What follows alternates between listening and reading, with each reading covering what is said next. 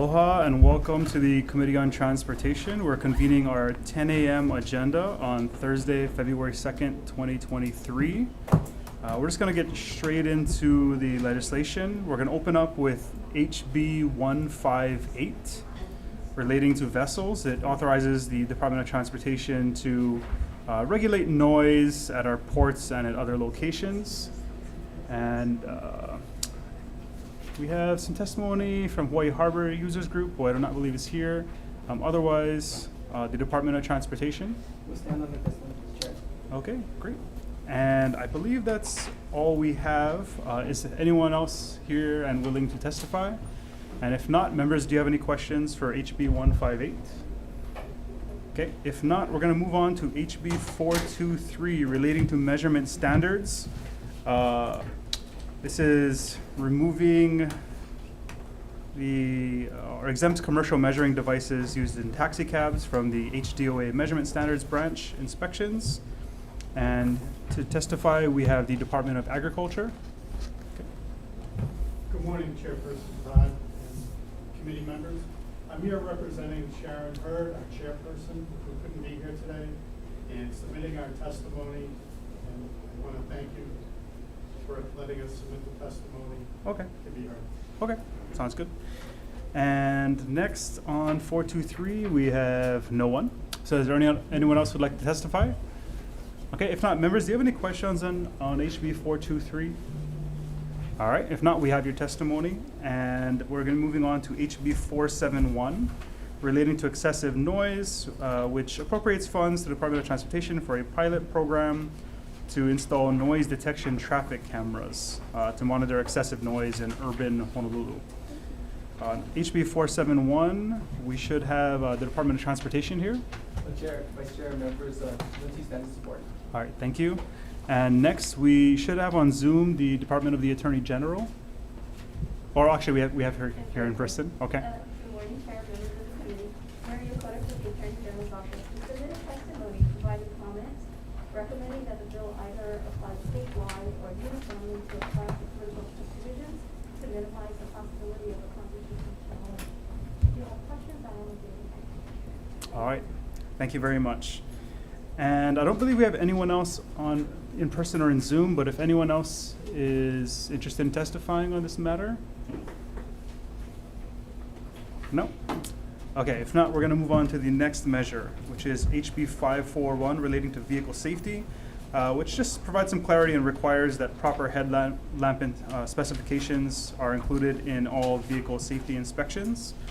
On HB 541, we have one piece of testimony in support from Victor Ramos, but I don't believe he is present. Anyone else here to testify on that measure? Okay. Oh, sorry about that. Sorry, Chair. Yeah, go for it. Okay, Department of Transportation in support. Okay. And I believe that's everything for that measure, so let's move on to HB 653 relating to highways. Requires the Department of Transportation to perform routine inspections on highways and the state highway system that are at risk of rock slides. Okay, so on 653, we have the Department of Transportation. Chair, DOT stands in support with some comments. All right, thank you very much. Okay, and that may be it for HB 653. Is there anyone else here to testify? Okay, if not, we're going to move on to HB 1276 relating to traffic control. And on HB 1276, we first have the Department of Transportation. Chair, DOT submitted comments. Okay, thank you very much. And we have some testimony in support, but I don't believe anyone else is here in person or available on Zoom. Is there anyone else who is here to testify on this measure? Okay, if not, members, do you have any questions on HB 1276? Okay, if not, we're going to move on to HB 1110 relating to the road usage charge program. It restructures surcharge for electric vehicles paid at annual state vehicle registration, and adopts a pilot program to begin a road usage charge for electric vehicles with an opt-in so that electrical vehicle owners can opt into that or pay the surcharge. First, we have the Department of Transportation. Chair, DOT stands in support. All right, thank you very much. Next, we have the Hawaii State Energy Office available on, right over here. Yes, the energy office stands on our written testimony. Okay, thank you very much. And we have Tom Yamachika from the Tax Foundation of Hawaii on Zoom. Aloha. Good morning, Chair and members of the committee. This is Jade McMillan on behalf of Tom Yamachika and the Tax Foundation of Hawaii. We will stand on our written comments submitted on the measure. Thank you. Okay, thank you. And I believe that's all the testifiers who are present. Actually, we do have Ulupono Initiative.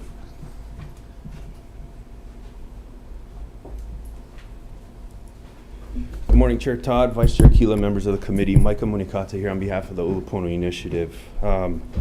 Hate to break the cycle. You're breezing through this committee here, but I'll try to be brief. Ulupono supports House Bill 110 and offers a few comments. We do recognize the impact of more fuel-efficient vehicles on future fuel tax revenues, and that we as a state need to explore new funding mechanisms, and a road user charge seems to be a viable solution to addressing those concerns. Just want to provide some additional comments. We do support the further planning that's going to be needed for the full implementation across all vehicles here in the state. We looked at the plan sort of explicitly state or consider some of the ideas around incentivizing fuel efficient vehicles. We believe a flat RUC or road user charge does not account for energy and climate benefits associated with more efficient vehicles. We have some stats in our testimony. I know you see it based upon some of the average miles listed by DBED, and understand that different communities have different numbers. But based on the assumption of a road user charge being $70 for a vehicle owner that drives approximately 9,000 miles a year, vehicles with a fuel economy of 21 miles per gallon will pay an equivalent of $70 in fuel taxes per year. As a result, an owner of a Toyota 4Runner with a fuel economy of 19 miles per gallon will pay 8% less, whereas an owner of a Toyota Corolla with a fuel economy of 38 miles per gallon will pay 84% more. So you see there's a little disproportionate on how folks will pay out based upon fuel efficiency. We do also make a recommendation within our testimony to consider adjusting the surcharge that's currently in the bill from $70 to $50, or 0.8 cents to 0.6 cents per mile. We believe that the current $50 surcharge does account for a vehicle that currently has a miles per gallon of about 29, which is equivalent to a Nissan Altima or Subaru Outback. So comparing an EV to one of those types of vehicles. So we find that to be honestly fair as far as any type of surcharge goes. All of these ideas is just something to consider for the committee, and we are supportive of the road user charge again as a solution for future funding. And thank you for the opportunity to testify. Great, thank you. Is there anyone else here who is here to testify? Okay. If not, members, do you have any questions on HB 1110? Okay, Rep. Martin? For Director Sniffen. So I understand the intent of this initiative is to basically start testing and practicing using what would be our future way to pay for our roads, and I totally agree. But I also want to encourage electric vehicle use, and right now we have taken away all the perks of free parking, etc. So I wonder how this initiative could accomplish your goal of testing out the system and working out the kinks with a smaller group, while still not disincentivizing electric vehicles. So I wonder if it could be something that either they keep the same $50 charge that people are already paying and probably don't even know they're paying. But if they have low mileage, and according to this calculation would, pay less, they get that benefit. Absolutely. So that was the intent actually for this measure. For those that opt into the road user charge, they would just pay that portion that they would be driving. So they would just pay for their use. I totally agree with Ulupono's request to cap it at $50. But I would request that we keep it at 0.08 cents to ensure that we keep that parity across the board. So if a EV driver drives less than the $50 that they would have paid on the flat rate, they should get the benefit because we're asking them to pay for their use rather than a fee. Do they opt in before they know what their use was for that year, or do they opt in afterwards? So everybody has their use in front of them. So during our pilot, we sent out 400,000 mailers to everybody to tell them what they drove last year, what their mileage was, and how much they would have paid in gas, just estimating based on the models that they have. Everybody has that on their odometers from what they did the year before, so they can calculate on themselves the best way to go forward. But in reality, those that opt into the road user charge can't lose because we cap it at $50. So if they go into it, whatever they drive, they're not going to pay more than $50. Thank you. Oh, and let me also add, from my perspective, the reason that we didn't consider perks in this bill, because we wanted it just to be about the road user charge. But we're absolutely open to perks for EVs. Last year, you guys have seen when the electric vehicle perks sunsetted, highways still extended, went through our rulemaking to ensure that we could extend a courtesy for EV drivers to drive in the zipper and HOV lanes. And we'll do the same for other areas that we can make the most impact. Great, thank you. Members, do you have any other questions? Sure. Okay, Rep. Onishi. Yeah, for the director. In this bill, it states that the plan would be to encompass all passenger vehicles and light-duty trucks by December 31, 2033. Do you have a timeline of why it's gonna take 10 years to implement it statewide? There was a timeline that was based on what Oregon and California and Utah are going through right now. When we started looking at the timelines to reset the infrastructure that's necessary internally in the department and externally as well, they were saying that the minimum time frame you're going to take is 8 to 10 years. So we're kind of building off of that time frame, and we can send a spreadsheet for this committee, if you'd like, on how we anticipate building this thing out. Yeah, I mean, I would think that, you know, as you go through this pilot program, you know, a lot of issues are gonna come up that you'll be able to address, hopefully quickly. And, you know, implementation across the board can be done earlier because, you know, as more alternative fuel vehicles come up, the gas tax revenue is going to continue to plummet downwards, and that affects all of our road maintenance programs. Absolutely. Totally agree with you, Rep. And really, the time frame was set based on the way our mainland counterparts had done their programs. We have a huge advantage in the state in our PMVI system, our safety check system, that allows us to capture that mileage without low-jacking everybody in the state. It helps with confidence and also helps with the program, makes it easier for us to collect on. Right, and I'm aware of that, having gone to the initial meetings. So Yeah. we do have a huge advantage. So, you know, I would hope that this timeline could be sped up so that, you know, there'd be less impact on our road maintenance revenue. Absolutely Thank agree with you. And I'll send a spreadsheet on how we're looking at the program. We can talk sorry a little bit more. Okay, Thank you. thank you. Great, thank you. Thank you, Chair. Members, any other questions?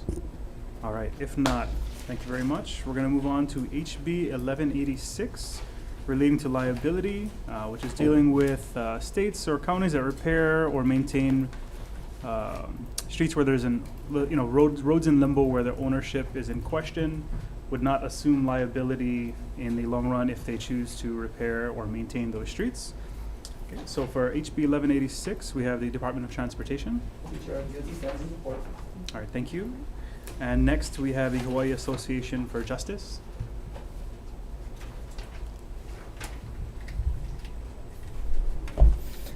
Aloha Chair, Vice Chair, members of the committee, Evan Oe on behalf of the Hawaii Association for Justice. We stand in opposition to this measure as the language of it is a little too broad. It would grant immunity from liability for personal injuries, property damage, and would include improper, unsafe workmanship. For example, if the workers negligently forget to remove their excess repair materials and it damages somebody's car, then there would be immunity for that damage, essentially. And similarly, if a worker, if they use the wrong materials and they say it leads to a bridge collapse or a road collapse, then there would be immunity if, a family is injured in that accident. So It's really not necessary to provide immunity in these instances, as it would violate, the basic duty of government to provide safe and clean roads to local residents. So ultimately, we would feel and we would ask this committee, if it decides to move it, remove the immunity language of the measure, if it decides to move forward. So, thank you, Chair, Vice Chair, for the opportunity. We'll be available for any questions. Great, thank you. All right, and I believe that's all we have on this measure. Is there anyone else wishing to testify? And if not, members, do you have any questions on this measure? Okay, seeing none, we're going to move on to HB 1187, which is a similar measure. Specifies that a government agency does not assume ownership or jurisdiction over a disputed road solely through performing maintenance or repair activities. On HB 1187, first we have the Department of Transportation. Mr. Chair, DOT stands in support. Thank you. And I believe that's everyone. Is there anyone else who'd want to testify on this measure? Okay. Hawaii Association for Justice. Yeah. Apologies, Chair, Vice Chair, for the late testimony on this measure. Just wanted to echo the same points that we made in 1186 with our concerns with the immunity provisions provided in the measure. So happy to answer any questions. Great, thank you. Okay, is there anyone else who'd like to testify? And seeing none, members, do you have any questions? Okay, if not, we're going to recess for decision making, which will follow in a couple minutes or so.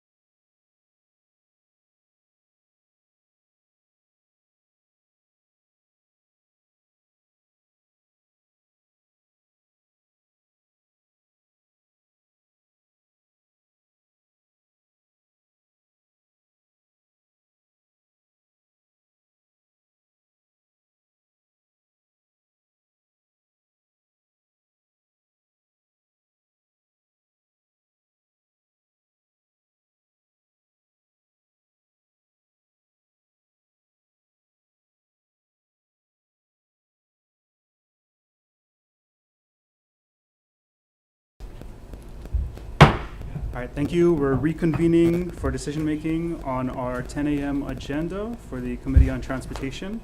We're going to start off with HB 158, and our chair's recommendation is to defer this bill. Just generally, there really wasn't any testimony that was very supportive, and I think there are some legitimate concerns about overreach, given that the harbor users are already subject to federal regulations, and it's a little awkward when you're dealing with interstate commerce a lot of times to set state legislation that is different than other states they may be dealing with there. So we're deferring that measure. The second measure, HB 423, relating to measurement standards. Chair's recommendation is also to defer this measure. It is a little bit awkward that the Department of Agriculture administers taxi cab inspections for their meters, but that's just kind of the way it is. So we don't really have an alternative at the moment other than creating an entirely new division, which doesn't make much sense. So we're going to defer that measure, but maybe we can find a solution down the road. Next, we have HB 471 relating to excessive noise. We are planning on passing out an HD1, we're going to defect the date to June 30th, 3000, and we are going to insert language that ensures this is not special legislation by making sure that there's language saying that it applies only to counties with a population over 500,000 instead of specifying Oahu to that degree at least. Members, do you have any questions on HB 471? Comments? Thank you, Chair. I expressed some concerns with the bill with our chair in just regards to a little bit of to overreach of regulation. When we look at a lot of users in urban Honolulu especially, they love their cars with noise, but I appreciate the intent of the bill when it comes to mopeds. So at this time, I'm going to have to vote no, Chair. Yeah, great. Chair, Rep. yeah, Onishi? I have some concerns about how they're gonna enforce this. So, to me, what makes sense is HB 541 requires an inspection or a monitoring or a calibration at the time of vehicle inspection. And that's easier, I think, for, whoever's doing the vehicle inspection to have a noise meter Sure. there to monitor the muffler sound or the vehicle sound and determine whether or not it meets code or not. So to me, I would like to see maybe some wording put in that they might consider it being done at vehicle inspection time for all vehicles Okay. versus, trying to have a camera that identifies the vehicle. Right, right. That seems kind of odd. I got you. So what we'll do is we'll insert some language into the committee report referencing that suggestion, and then when it goes to the next committee, which will be finance, if they choose to take it up, then that's something they can look Yeah. into. All right. Thank you, Chair. Thank you. Okay. Anyone else? Rep. Martin? I just wanted to comment that I used to live in Singapore where they have abundant red light traffic cameras, and they are so efficient. You just get your thing in the mail, you got dinged, and there's nothing you can do. There's no arguing it. It's there on film, and you just pay it, and you're more careful the next time. And so, new technology, I think it's great to try new things. I know that in my district, people are very upset about noisy vehicles, and HPD says they can't do anything about it because they have to catch them in the act, and they have to measure the noise, and they don't have any tools to measure the noise. So I appreciate that we're trying to use new technology. Thank you, Chair. And it'll make my wife very happy also. So that's not why I'm doing this, though. I don't want to get that impression. Okay, and Vice Chair, if you want to take the vote, unless anyone else has any additional comments? No? Okay. Vice Chair for the vote Thank you, Chair. on HB 471. Members, we're voting on HB 471. Chair's recommendation is to pass with amendments. Chair is voting aye. Vice Chair noting my no vote. Representative Ayu excused. Representative Hashimoto. Aye. Representative Kitagawa. Aye. Representative Martin. Aye. Representative Onishi. Aye. Representative Matsumoto. Aye. Chair, your measure is adopted. Okay, thank you very much. Next, we're moving on to HB 541. And I think this is trying to address an issue that I definitely see on the roads where I just get blinded a lot of times. So maybe by providing a little bit of clarity and explicitly stating that this needs to be part of the safety inspection, even though I'm sure it is to a degree already, that could be helpful. So our plan is to just send this with a defective date of June 30th, 3000, but no other substantive amendments. Members, do you have any questions, comments?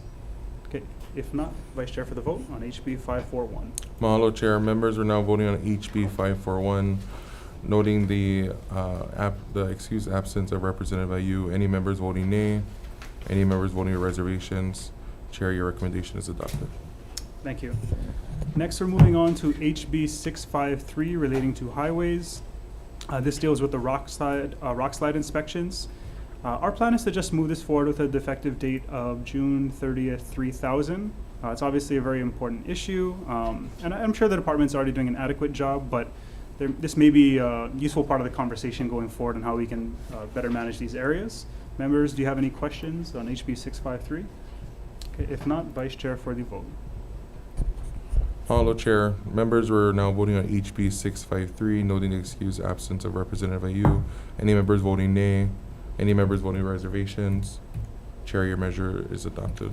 Okay, thank you. Okay, next, we're moving on to HB 1276 relating to traffic control, which deals with a pretty complex issue, which will authorize state and county traffic projects to make changes as necessary to traffic flow mitigation efforts, but will prohibit contractors from charging additional fees and will require Department of Transportation to make final determination on all changes to traffic flow and mitigation.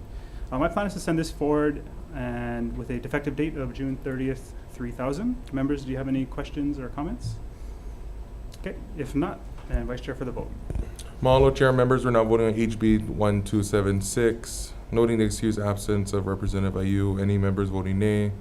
Any members voting reservations? Chair, your measure is adopted. Thank you. Okay, next on to HB 1110, relating to the road usage charge program. We are going to incorporate some of the suggestions from Ulu Pono, but let me start off with some technical things. We are going to add in a subsection G, which will provide clarity around the definition of an electric vehicle. It's mostly just a cleanup thing to make sure that it's explicitly stated in there. We're going to blank any appropriation, and we will also include some assorted technical amendments. We will defect the date to June 30th, 3000, and we will cap the road surcharge paid at $50, which would actually create a further incentive for people to opt in and may allow us to collect data in a more timely manner if we have more people who participate. But we will leave the per mile charge at 8 cents for that equity with other vehicles, but with that $50 surcharge cap. Members, do you have any questions or comments? Okay, seeing none, Vice Chair for the vote. Mahalo, Chair. Members are now voting on HB 1110, noting excused absence of Representative Ayu. Any members voting nay? Any members voting reservations? Chair, your measure is adopted. All right, thank you.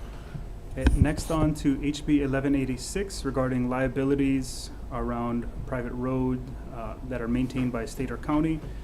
My plan is to just send this forward with a defective date of June 30th, 3000. I do think that there's a balance to strike there between allowing for this maintenance, but also providing some sort of protection against negligence. But I think that may be better sorted out in the next committee, which is the Judiciary Committee.